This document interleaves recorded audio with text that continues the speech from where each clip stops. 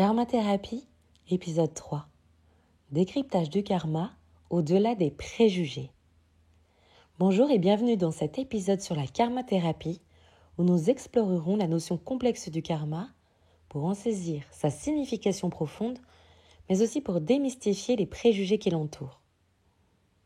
Je suis Mallory Malmasson, psycho-énergéticienne et experte en karma. J'étudie cette notion depuis 11 ans maintenant. En tant qu'auteure de plusieurs ouvrages spirituels dont 4 best-sellers, mais aussi en tant que créatrice de formations en ligne, je suis ravie de vous convier aujourd'hui à un voyage profond et fascinant à travers les méandres du karma. Vous vous demandez certainement qu'est-ce que le karma ? Eh bien, il est bon tout d'abord de savoir que le karma est une notion subtile à appréhender. Le terme karma vient du sanskrit karam qui signifie action. Bien loin de se résumer à une simple notion de rétribution morale, le karma nécessite une étude approfondie pour en comprendre le sens véritable, pour en appréhender l'origine et reconnaître ses manifestations. Deuxièmement, c'est principalement une loi de cause à effet, même si 11 autres lois l'impactent. Cette loi de cause à effet illustre que nos actions, nos pensées, nos émotions, conscientes et inconscientes, mais aussi nos paroles génèrent une force énergétique, une vibration qui entraîne des conséquences. Chacun de nos choix a un impact karmique, créant ainsi une chaîne d'événements dans le temps. Nos actions ne se limitent pas à notre vie actuelle, mais peuvent influencer les expériences futures. Le karma tient compte d'absolument tout, des petits détails aux grands événements majeurs, de notre posture à notre attitude, mais aussi de notre état d'esprit. Il n'est pas seulement le résultat de nos actes, mais aussi de nos pensées, de nos émotions, de nos paroles. Cependant, l'impact karmique de nos actions est plus puissant que celui de nos pensées, de nos émotions et de nos paroles. L'impact aussi de ce que nous émettons consciemment pèse un peu plus que ce que nous émettons inconsciemment. Troisièmement, le karma est une philosophie universelle. Il est important de noter que bien que le karma ait ses racines profondes dans l'hindouisme et le bouddhisme, il ne se limite pas à ces traditions spirituelles.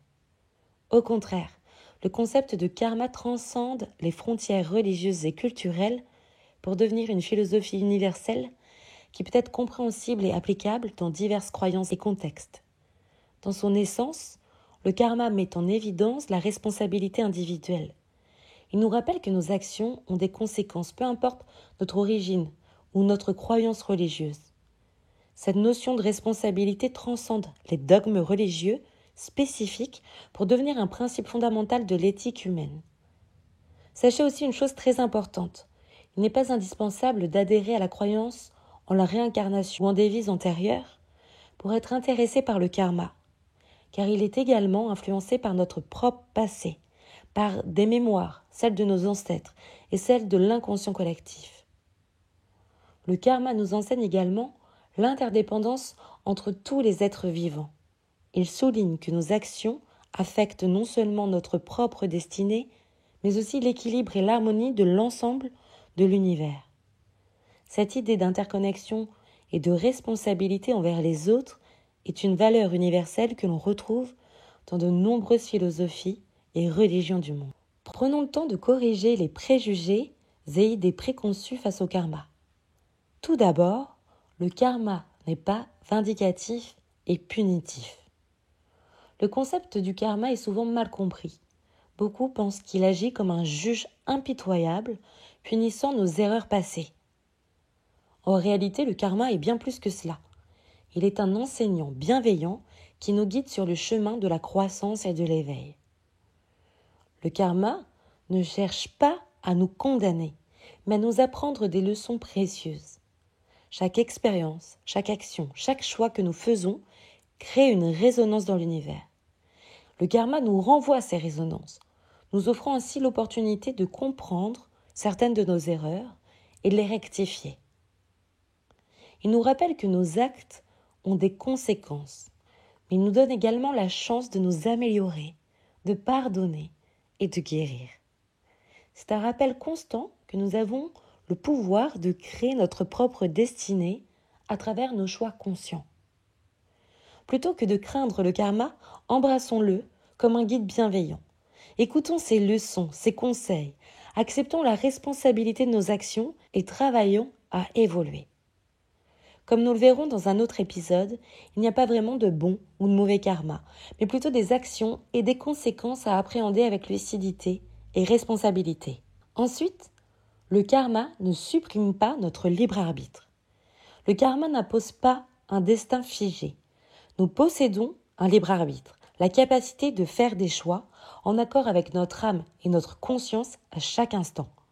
Le karma nous guide en nous montrant les répercussions de nos choix passés. Il nous encourage à prendre des décisions éclairées et alignées avec notre âme, avec nous-mêmes. Il nous guide vers une meilleure compréhension de nos comportements inappropriés, mais ne nous enchaîne pas. Il est comme un phare qui éclaire notre chemin, mais il n'est pas une force coercitive qui dicte nos actions. Il n'est pas non plus d'ailleurs une fatalité. Le karma est souvent mal interprété. Il est interprété comme un verdict inévitable, une sorte de destin immuable dicté par nos actions passées. Cette vision est loin de la réalité. Le karma est en réalité un processus dynamique et fluide qui évolue, qui change en permanence. Il ne nous enferme pas dans un chemin préétabli, même s'il le conditionne un peu. Au lieu de cela, il nous présente une opportunité précieuse. Il reflète notre responsabilité personnelle dans la création de notre propre réalité. Il est comme une toile sur laquelle nous peignons chaque jour avec nos actions, nos pensées, nos émotions, nos paroles.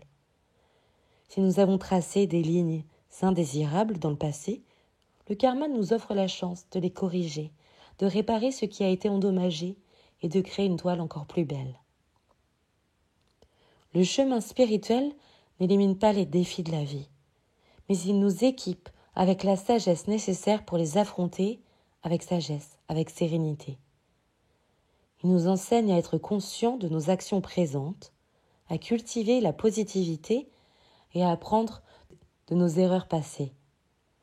Plutôt que d'être victimes d'un certain karma, nous devenons alors des co-créateurs conscients de notre destinée. En fin de compte, le karma nous rappelle que nous ne sommes pas impuissants face à notre propre réalité. Nous avons le pouvoir de changer, de grandir et de transformer nos vies pour le mieux. C'est une invitation à embrasser notre responsabilité personnelle et à avancer sur le chemin de l'évolution spirituelle avec confiance, avec souveraineté et sérénité. Sachez enfin que le karma ne justifie pas les mauvaises conduites. Il est vraiment essentiel de comprendre que le karma n'est pas une excuse pour des comportements inappropriés ou destructeurs. Il ne permet pas de rationaliser les actes terribles en disant simplement « c'est le karma ». En réalité, le karma nous invite à la réflexion et à la responsabilité. Il nous rappelle que nos actions, bonnes ou mauvaises, ont des conséquences. Donc, si nous causons intentionnellement et aussi inconsciemment de la souffrance à autrui, cela reviendra inévitablement vers nous sous une forme ou une autre. Cela ne signifie pas que le karma justifie des actions. Au contraire, il encourage à éviter de générer de la souffrance, que ce soit pour nous-mêmes ou pour les autres. Il met vraiment l'accent sur la notion de choix conscient. Nous sommes libres de décider comment nous agissons, comment nous traitons les autres. Le karma nous enseigne que la bienveillance, la compassion et la compréhension sont des chemins préférables à la cruauté, à la haine ou à la méchanceté. Pour conclure, le karma est une philosophie universelle, transcendant les frontières culturelles et spirituelles. Il encourage l'empathie, la compassion et la bienveillance. Il est une invitation à être un acteur conscient de notre destinée, à évoluer et à contribuer au karma collectif de manière positive. Le karma ne restreint pas notre potentiel, mais au contraire, il l'amplifie.